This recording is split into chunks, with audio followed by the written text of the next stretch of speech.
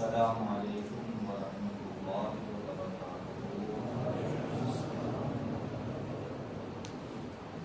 الحمد للہ رب العالمین والعاقبۃ للمتقین والصلاة والسلام علی سید الاشرف الانبیاء والمرسلین وعلی آلہ واصحابہ اجمعین، اما بعد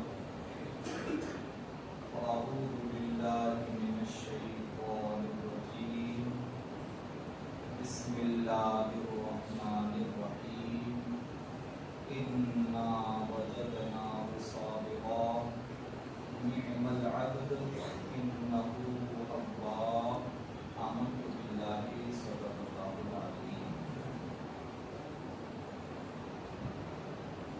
بیان کو شروع کرنے سے پہلے حصول برکت کے لیے اور حصول اخلاص و محبت کے لیے آئیے ہم اور آپ سب مل کر ہمارے پیارے آقا حضور تاجدار مدینہ صلی اللہ تعالی علیہ وآلہ وسلم کی بارگاہ پناہ میں محبت کے ساتھ اور ادب و احترام کے ساتھ درود شریف کا ہدیہ پیش فرمائیں۔ اللہم صل علی سیدنا و مولانا محمد وعلی آل سیدنا و مولانا محمد وبارک وسلم، صلاۃ و سلام علیک یا سیدی یا حبیبی یا رسول اللہ صلی اللہ تعالی علیہ وسلم۔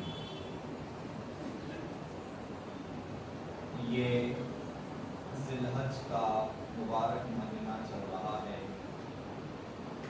اور ذی الحج کے مبارک مہینے کی آج 25 تاریخ ہے اور کل بروز سنیچر کو ذی الحج کے مہینے کی 26 تاریخ ہوگی۔ اس لیے یہ خاص ذکر کیا گیا تاریخ کا کہ ذی الحج کی 26 تاریخ خلیفہ اول امیر المومنین خلیفۃ المسلمین حضرت سیدنا عمر فاروق اعظم رضی اللہ تعالیٰ عنہ کا یوم شہادت ہے۔ صحابہ اور خاص کر کے خلفائے راشدین یعنی چاروں خلفاء، ان کی یاد منانا، ان کا ذکر کرنا، ان سے محبت کا اظہار کرنا، یہ عین ایمان ہے، شرط ایمان ہے اور ہر مومن کے لیے لازم اور ضروری چیز ہے۔ جن احادیث میں نمازوں، روزوں، حج و زکاتوں، عبادتوں، تلاوتوں، ذکر و اذکار کا ذکر آیا ہے، وہی احادیث ہی میں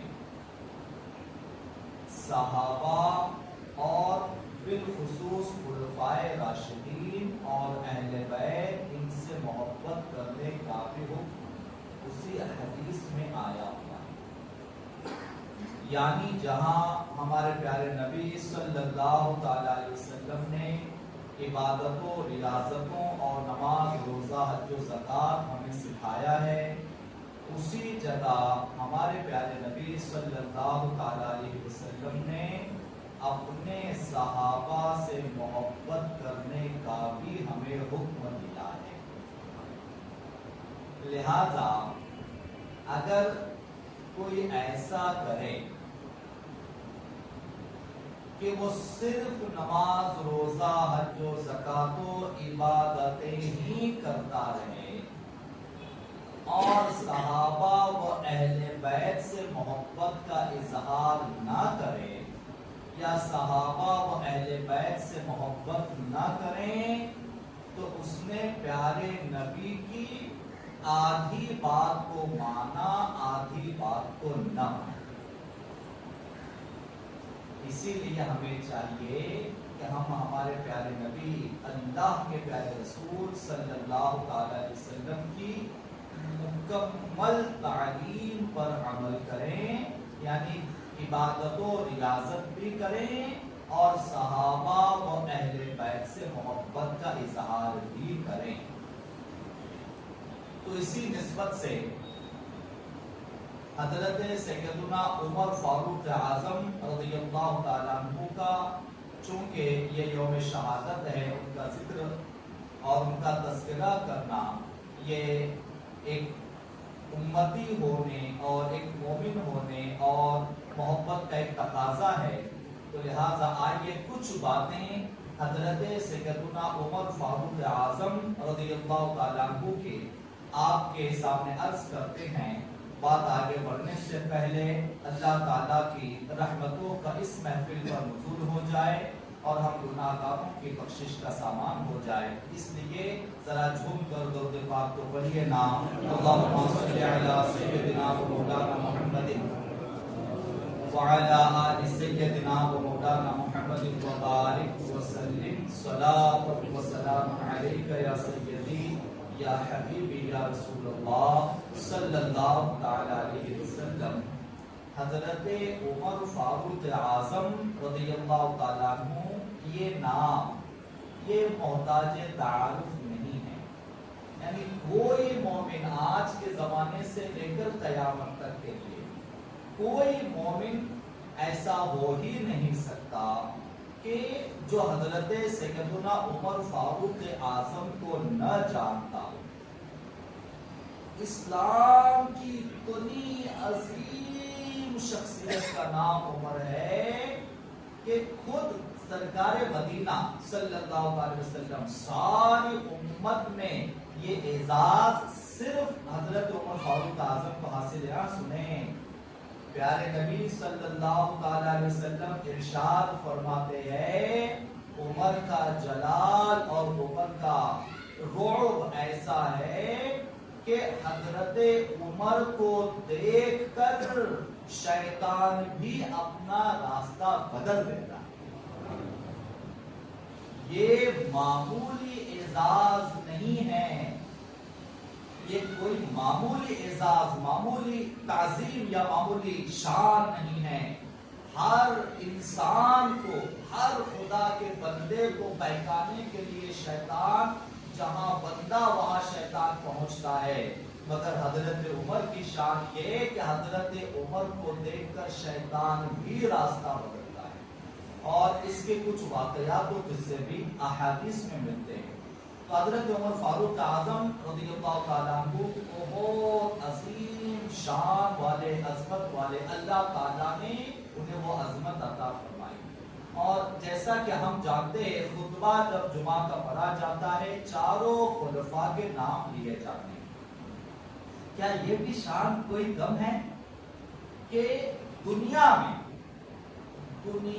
کی کسی مسجد میں جائیں، یہاں تک کہ حرم شریف بھی، خانہ کعبہ ہو یا مدینہ منورہ، دنیا کی کسی مسجد میں آج بھی جب جمعہ کا خطبہ پڑھا جاتا ہے تو خلفائے راشدین اور جس میں حضرت عمر فاروق اعظم کا نام خطبے میں پڑھا جاتا ہے۔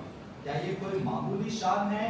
تو اے بندے خدا، اے مومنوں، خلفائے راشدین اور دیگر تمام صحابہ اور اہل بیت بھی کبھی بھی انہیں اپنی طرح ایک عام انسان ہرگز نہ جانیں۔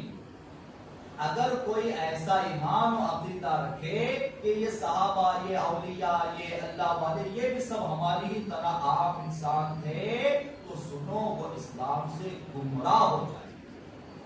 ان کی شان بہت بلند و بالا ہے، بلا خطبے میں نام لیا جانا کیا یہ کسی شان سے کم ہے؟ تو حضرت عمر فاروق اعظم کا نام لیا جاتا ہے الموافق رأیہ بالوحی والکتاب۔ خطبے میں جب نام پڑھتے ہیں اس طرح کہا جاتا ہے۔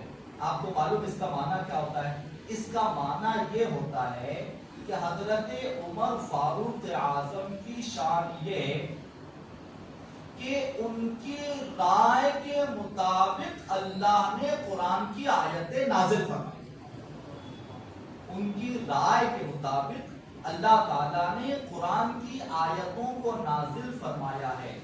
یعنی کئی دفعہ، کئی مرتبہ ایسے ہوا کہ حضرت عمر فاروق اعظم رضی اللہ تعالیٰ عنہ ہمارے پیارے حضور صلی اللہ علیہ وسلم کی بارگاہ میں آئیں اور آ کر کچھ بات کہی، یا رسول اللہ میرا دل چاہتا ہے کہ ایسا ہو جائے، یا رسول اللہ میرا دل چاہتا ہے کہ کچھ ایسا طریقہ بن جائے۔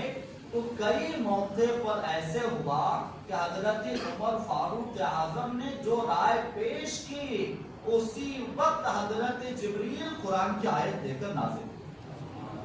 اسی لیے حضرت عمر فاروق اعظم کو الموافق رأیہ بالوحی والکتاب کہا جاتا ہے۔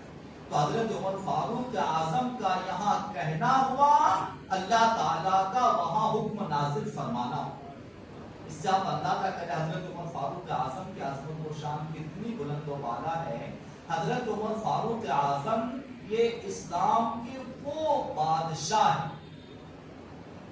اسلام کے اس بادشاہ کا نام حضرت عمر فاروق اعظم ہے کہ اسلام شروع ہونے کے بعد، یعنی پیارے نبی صلی اللہ علیہ وسلم کے اسلام کے اعلان کرنے کے بعد سے لے کر اب یوں کہیے کہ قیامت تک، یعنی جتنا سنہرا دور اسلام کا حضرت عمر کے دور میں آیا، حضرت عمر فاروق اعظم کے زمانے میں آیا، اتنا سنہرا دور اسلام پر نہ اس سے پہلے کبھی آیا نہ قیامت تک آیا۔ اتنا ایک کہاوت ہے، کہاوت حضرت عمر فاروق اعظم کا دور اتنا انصاف والا دور تھا، اتنا صاف ستھرا ان کا زمانہ تھا کہ ان کے دور میں شیر اور بکری ایک ہی گھاٹ پر پانی پیتے تھے، یہ کہاوت ہے۔ اور حضرت عمر فاروق اعظم کا دور آپ کا دور خلافت، یعنی آپ جب تک قبر بیٹھے اور اسلام کی باغ ڈور کو آپ نے سنبھالا، حضرت ابوبکر صدیق رضی اللہ تعالیٰ عنہ کے وصال کے بعد حضرت عمر فاروق اعظم کا دور اتنا شاندار اچھا، حضرت عمر فاروق اعظم کے دور میں اسلام دنیا کے تقریباً 3 حصوں میں پہنچ چکا تھا۔ یہاں تک کہ آپ کو معلوم ہمارا ہندوستان، ہمارے اس پیارے بھارت میں بھی اسلام کب پہنچا؟ ہمارے اس ہندوستان میں، ہمارے اس وطن عزیز میں، ملک عزیز میں اسلام کی روشنی یا اسلام کا نور کب پہنچا ہندوستان میں؟ اسلام کا نور ہندوستان میں بھی جو پہنچا وہ بھی حضرت عمر ہی کا زمانہ تھا،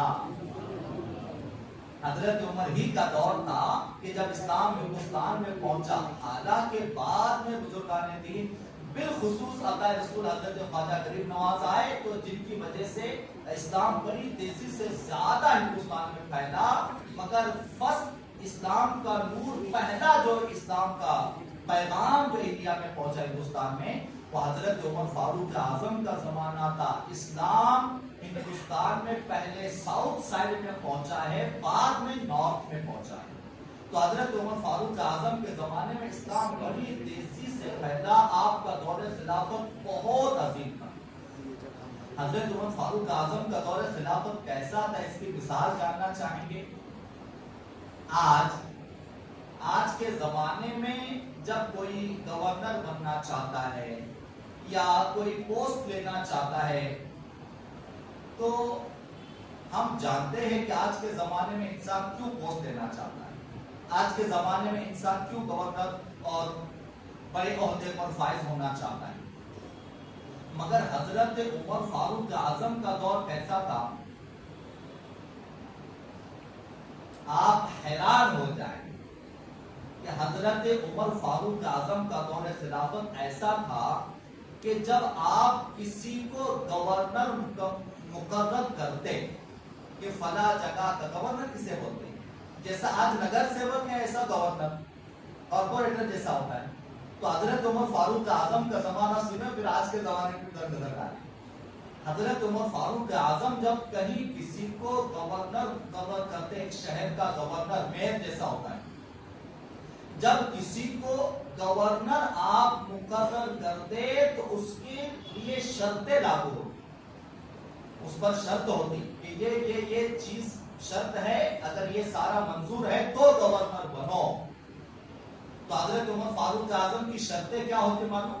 گورنر جب کسی کو بناتے کسی شہر کا تو پہلی شرط یہ ہوتی کہ جو گورنر بنے گا وہ اپنے دربار میں اپنا جو اس کا جو حجرہ ہوگا آفس جو اس کا ہوگا اس پر کوئی دربار نہیں رکھے گا. جو باہر ہوتا ہے دربار سیکورٹی گارڈ جیسا ہوتا ہے. دربار اپنے حجرے یا اپنے محل یا اپنے دروازے پر دربار نہیں رکھے گا. کیوں؟ کیونکہ رعایا میں سے 24 گھنٹے آدھی رات کو بھی اگر کوئی کام لے کر تمہارے پاس آئے تو اسے کوئی روک ٹوک نہیں چاہیے, تم سے ملاقات ہونی چاہیے.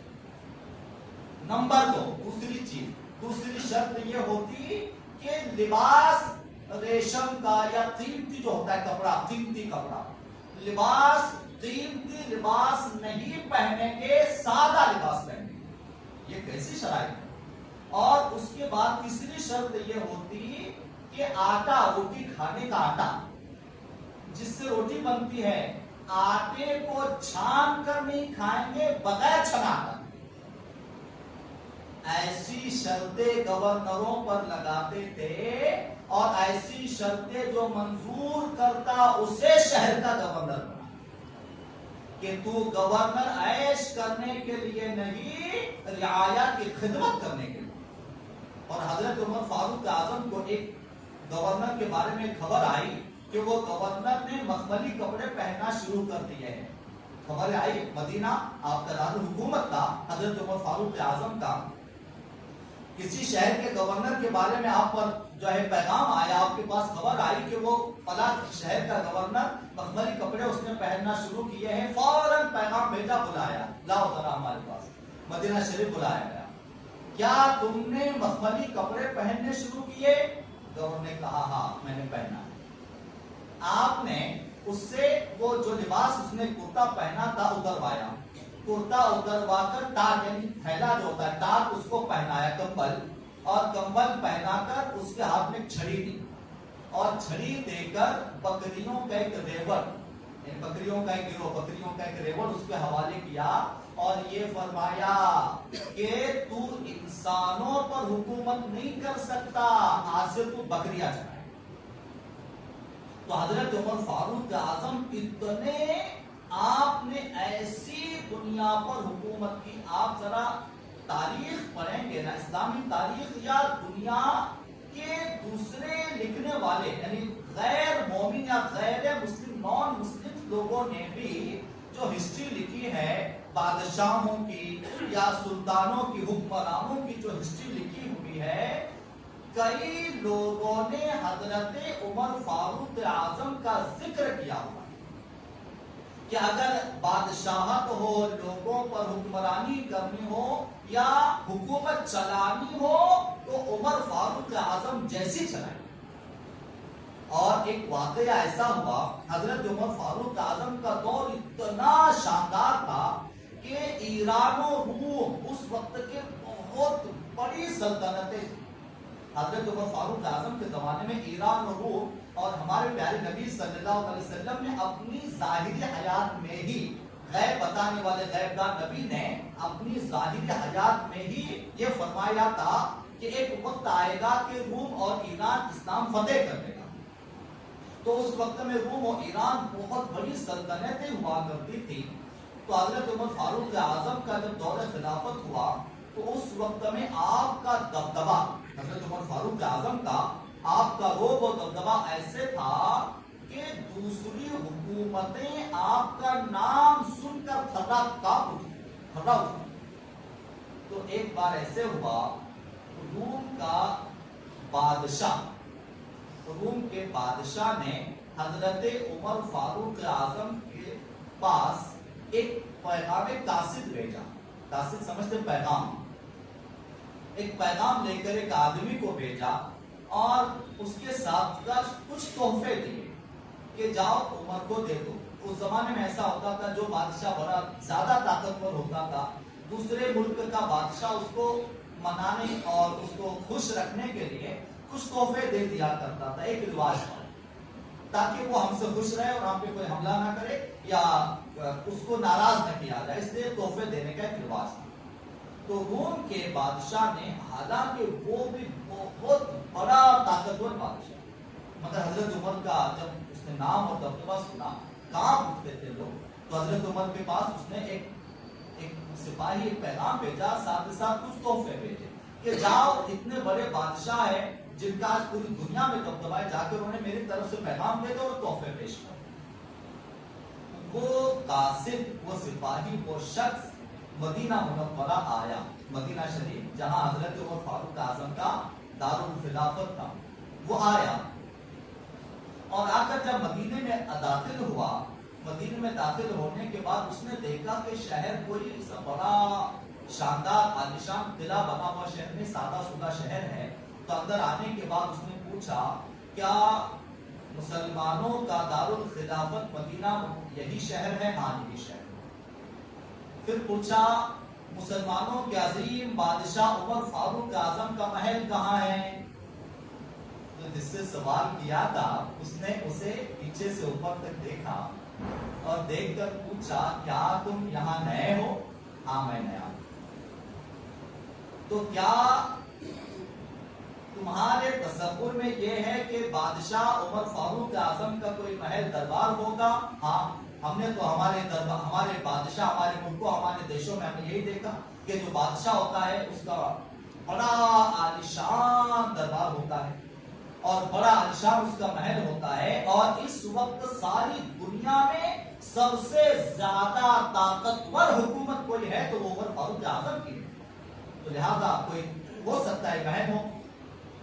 تو جس سے سوال کیا تھا مدینے کے وہ جو بھی نیک بندے ہوں گے, انہوں نے جواب دیا ہمارے خلیفہ وقت کا عمر فاروق اعظم کا کوئی محل نہیں ہے. ہو سکتا ہے اس وقت میں وہ مسجد نبوی شریف میں مل جائیں گے ملاقات. ہمارے خلیفہ یا ہمارے بادشاہ کا کوئی محل نہیں, وہ تو سادے گھر میں رہتے ہیں جو ان کا اپنا خود کا ہے اور ملاقات کے لیے ان کا دربار مسجد نبوی شریف ہے. لہذا ملاقات کرنی ہو تو اس وقت وہاں مل جائیں گے ملاقات کرنے.